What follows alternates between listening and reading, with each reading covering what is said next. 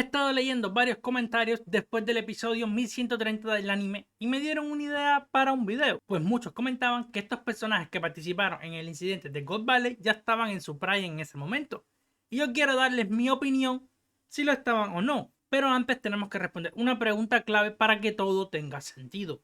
¿Qué significa estar en tu prime? ¿Cómo decimos todo? Pues básicamente es ese momento en el que el personaje está en su máximo nivel, cuando ha alcanzado todo su potencial físico, mental y de habilidades.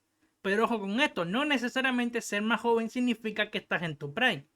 En One Piece tener 35 años no quiere decir que estés en tu mejor momento.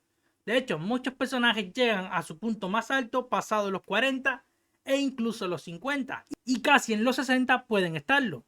Hay varios factores que influyen en esto. Por ejemplo, el maldito Luffy tiene apenas 19 años y sigue mejorando a pasos agigantados. Sin duda va a alcanzar su prime mucho más joven que otros, pero no todos son así. Cada personaje tiene su ritmo y evolución. Además, en el mundo de One Piece, los personajes envejecen diferentes. Con 50 años, muchos siguen estando en plena forma. Yo diría que es a partir de los 60 cuando ya empiezan a notarse señales claras de debilitamiento. Así que, con esto claro, quienes estaban realmente en su prime durante el incidente de God Valley. Por cierto, Nakamas, ya tenemos Patreon y reaccionaremos a One Piece y empezaremos solo leveling. Empezamos con los Pirata Rocks. Lógicamente, el primero que tenemos que mencionar es el capitán de los temidos Pirata Rocks, Rock D7. Y en mi opinión, dejando de lado a In, este tipo debería ser el personaje más fuerte del mundo en ese momento. Y si no estás de acuerdo, al menos admitamos que era el más poderoso dentro del mundo de la piratería. Seven no era cualquier pirata, era por así decirlo la cabeza de la piratería, el que se sentaba en el trono antes de que llegaran Roger y compañía. De hecho, podríamos decir que gente como Roger eran sus perseguidores, los que intentaban alcanzarlo desde abajo. Este tipo soñaba con convertirse en el rey del mundo. No tenía ningún miedo en investigar los temas prohibidos por el gobierno mundial. Es más, a Roger lo ejecutaron públicamente como una advertencia para frenar la piratería. A Sebek literalmente lo borraron de la historia. Estamos hablando de un hombre tan peligroso, tan ambicioso y tan poderoso que el gobierno prefirió eliminar cualquier rastro de su existencia. Así que sí, para mí no hay duda, Rod D7 estaba en su prime durante el incidente de God Valley. Edward Newgate, el padre de todo fan de One Piece, también formaba parte de los Pirata Rocks. Y en ese momento tenía 36 años, bastante joven con su cuerpo en sus mejores momentos, sin cicatrices, sin enfermedades, sin los efectos del alcohol que le afectaron en su vejez. Además, ya lo acompañaba su amada arma, Murakumogiri, lo que nos pintaba a esa barba blanca como una bestia. Pero hay que tener en cuenta algo muy importante. No sabemos si en ese momento ya tenía la Gura. Es más, yo me imagino que su manejo de Haki tampoco estaría en su máximo nivel aún. Después de todo, en ese punto de su vida, no tenía verdaderamente un rival que lo llevara al límite. Sí, compartía tripulación con monstruos como Kaido, Bimon o Chiki, pero dudo que pelearan a muerte entre ellos. Y Roger, que eventualmente se convertiría en su gran rival, aún no era ese enemigo definitivo que lo impulsaría a superarse. Así que no, Barba Blanca no estaba en su prime durante el incidente de God Valley. Es más, te puedo mencionar varias versiones del personaje que para mí lo superaban ampliamente. Por ejemplo, el Barba Blanca que peleó contra Oden en Wano cuando tenía unos 44 años. Ese ya venía con más experiencia, más combate y dominio superior del Haki.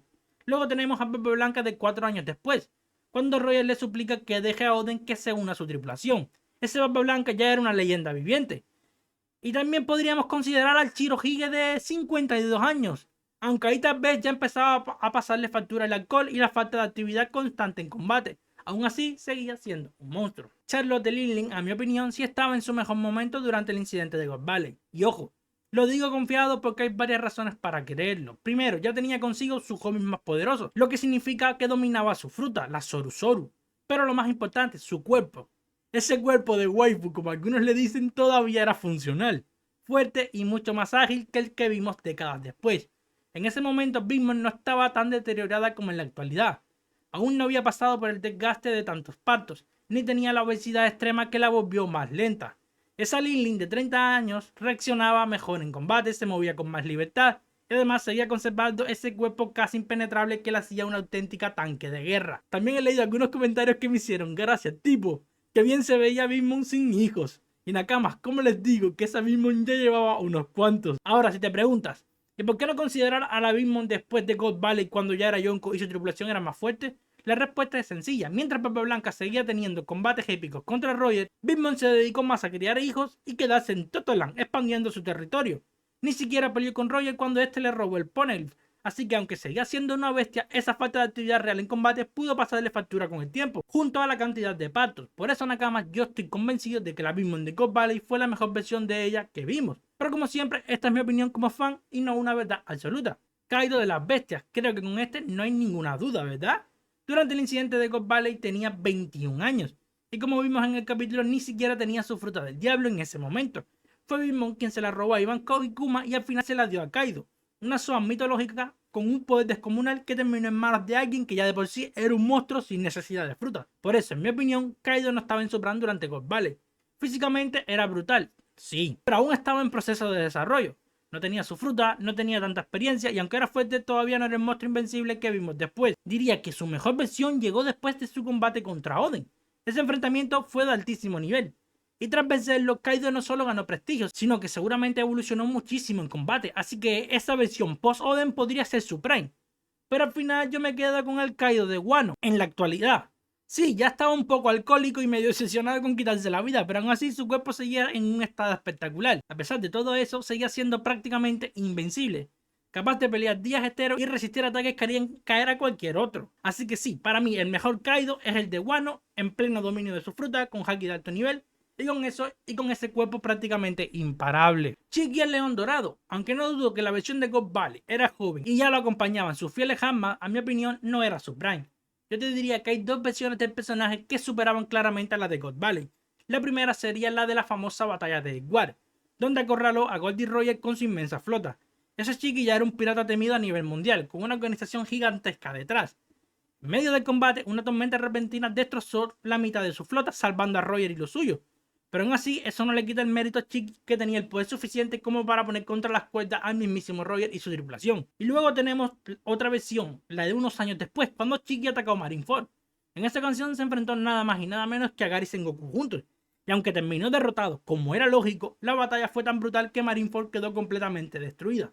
Así que sí, por más que Chiqui de God Valley era un monstruo en potencia, su verdadero prime llegó más adelante, cuando ya estaba establecido como una de las grandes figuras del mar, con haki, experiencia y una reputación temible.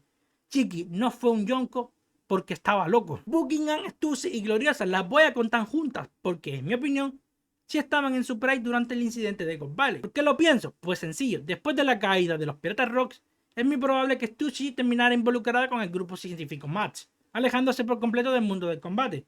Ya no volvió a estar en grandes batallas ni en enfrentamientos de alto nivel, por lo que en ese momento en God Valley seguramente fue su punto más alto como luchadora. En el caso de Gloriosa, también conocida en el futuro como la anciana Non, posiblemente regresara a Amazon Lily y se retirara por completo del combate. Y ojo a este detalle, Oda tiene un patrón muy marcado: los personajes mayores que no cumplieron sus sueños o se estancaron suelen envejecer mal, así que eso podría ser una pista más de que su mejor momento fue en esa época. Y después de God Valley, sus vidas tomaron un rumbo totalmente distinto para mal. Así que sí, para mí Stussy y Gloriosa estaban en su prime durante el incidente de God Valley, en el punto más alto de su vida como guerreras antes de retirarse poco a poco de la acción. Y para cerrar con los miembros de los Piratas Rocks, porque sinceramente me da pereza mencionar a los demás, tenemos al Capitán John. Y mira, aquí voy a ser totalmente honesto, tengo mis dudas. Como vimos en God Valley, sin duda el cabrón estaba en buena forma. Hasta guapo era el tío. Pero mi problema viene después con la disolución de la banda. Él creó su propia tripulación y llegó a tener uno de los tesoros más legendarios de la historia de One Piece. Tanto que incluso Baggy está obsesionado con encontrarlo. Pero aquí es donde empieza mi problema. Capitán John fue asesinado por su propia tripulación. Y eso ya te hace pensar, ¿lo mataron mientras dormía? ¿Estaba tan borracho que ni pudo defenderse? ¿O simplemente ya no estaba en condiciones para combatir? No lo sabemos, y como Oda no ha revelado muchos más detalles, todo es imaginación y puro misterio. Así que en su caso no me atrevo a decir con seguridad cuál fue su prime, si fue durante God Valley o después, cuando reunió su tesoro legendario. La información es tan poca que es imposible asegurarlo. Y bueno, Nakamas, hasta aquí la parte 1 de este video. Como vieron, ya analizamos a todos los miembros de los Piratas Rocks, y para la siguiente parte será el turno de personajes como Goldie Roger, Monkey D. Gar y otros grandes nombres que también estuvieron involucrados. Así que ya saben, si quieren ver esa parte 2, no olviden apoyar el video con un like, un comentario o una suscripción, que además es totalmente gratuita. Nos vemos en el próximo video, Nakamas. Chao, chao.